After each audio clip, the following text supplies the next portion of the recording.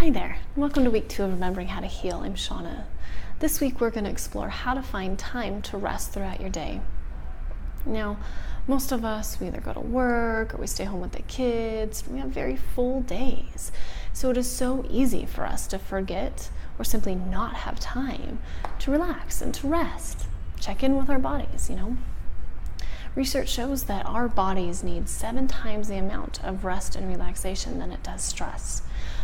So interestingly enough, our culture actually lives in a state of stress 7 times the amount it does relaxation.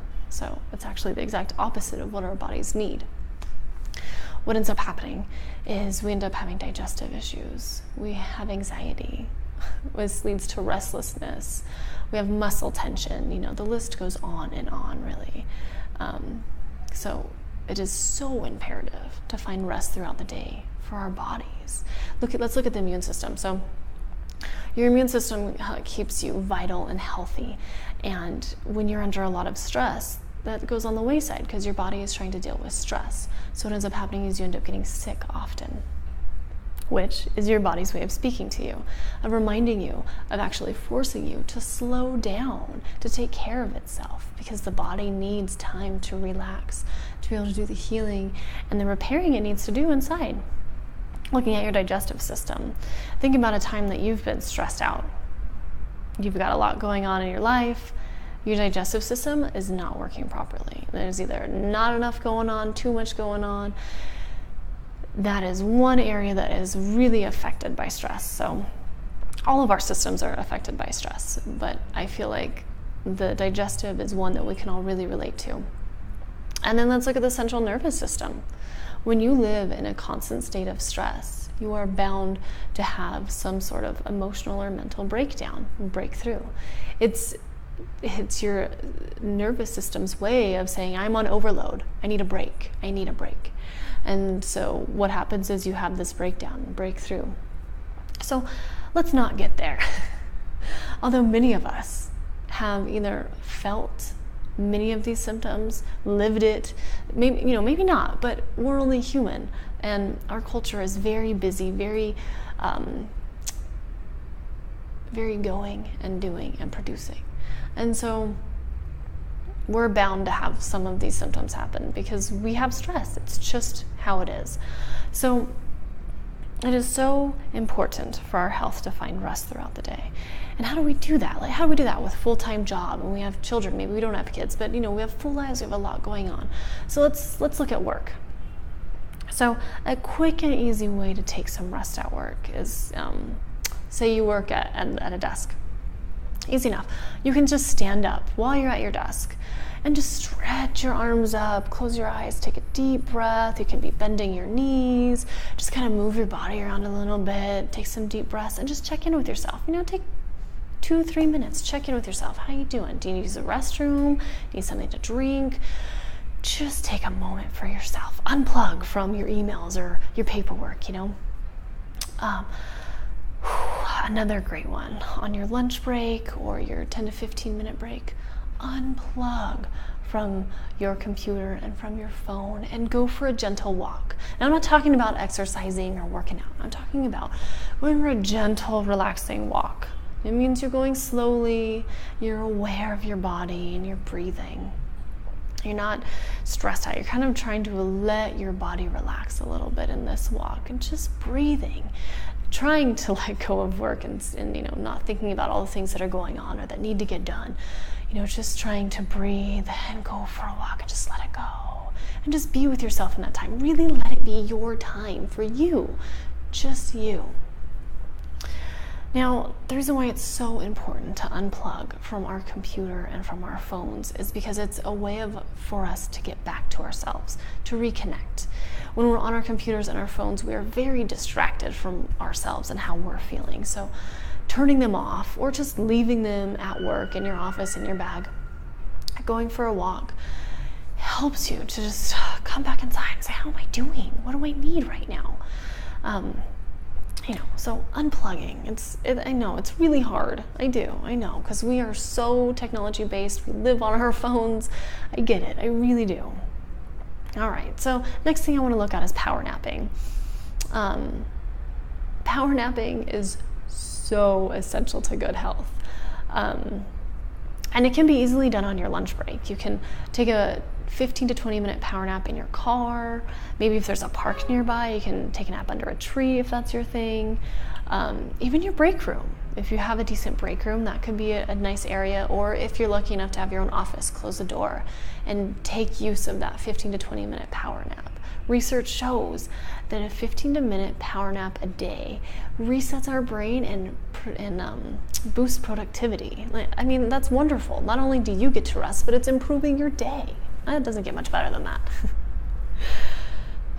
So after work, you got the drive home. So maybe instead of listening to the news or your favorite rock station, put on some relaxing music. Just kind of letting your body relax a little bit. And we'll definitely have a segment on commuting and how to reduce stress during commute. Also after work, a great thing, if you're into taking classes, a good restorative yoga class is a wonderful way to wind down. Great way. A meditation class. If you're into gardening or art, writing, reading, maybe walking, all of these things can be very relaxing and restoring for your body. You may not be sitting completely still, which is that's not always the best way to relax, right? Watching TV is not the best way to relax. But doing something you love and that feeds your soul, gardening, or maybe you love making jewelry, whatever it is that is somewhat relaxing. That it is a great way to, wind down after a long day of work. So, I've addressed people who work. Now, people who stay home with kids all day. Now, it can be such a challenge to find time for yourself when you are a stay-at-home parent. Ideally, you're able to get up before your children and have a morning for yourself to prepare for your day and just really check in with yourself. That's not always realistic, let's be real. So, obviously, best case scenario, your children take naps. And nap time is the best time to let the dishes pile up, let the laundry overflow, and sit down and take a moment for yourself. Relax. Oh my gosh. Allow yourself to check in with you.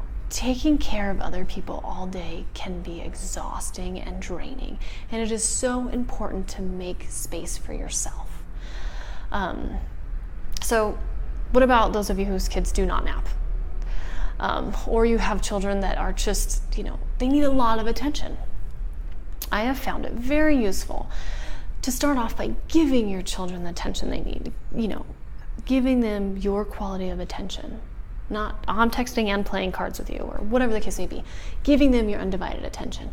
And then, once they've gotten enough attention, and I'm not talking about all day, that's overboard, but giving them quality time, and then setting them up with something they can do on their own. So whether it be, playing with blocks or Play-Doh or coloring, maybe playing outside, whatever it is your children love doing, puzzles, get them set up with something they can do on their own. Not only will it allow them to feel more independent, it will give you a minimum of 10 minutes to yourself. And it's not 10 minutes to go, hurry up and cook or prepare something. It's your 10 minutes for yourself to sit down. Or, maybe you don't want to sit down to relax, but whatever it is you need to do to relax. Taking some deep breaths, maybe doing some stretching, going for a small walk in your backyard or the front yard, walking outside by yourself to check the mailbox, making it a conscious walk, taking deep breaths, asking yourself, how am I doing? What do I need? Sometimes we just need to slow down long enough to realize we need a drink of water. I mean, let's be real. Sometimes the days are crazy. So really, it's very imperative that we take time for ourselves. There's always going to be the to-do list. Always. There's always going to be laundry to do. Always going to be dishes or cooking or errands to be ran. The car broke down. There's always going to be work to be done, no matter what. So it is so imperative for our bodies and for our health that we take time to stop and listen to what our body needs. I'm asking you to take 10 to 15 minutes out of your day to really check in with yourself and relax. Yeah. So that's my challenge to you this week.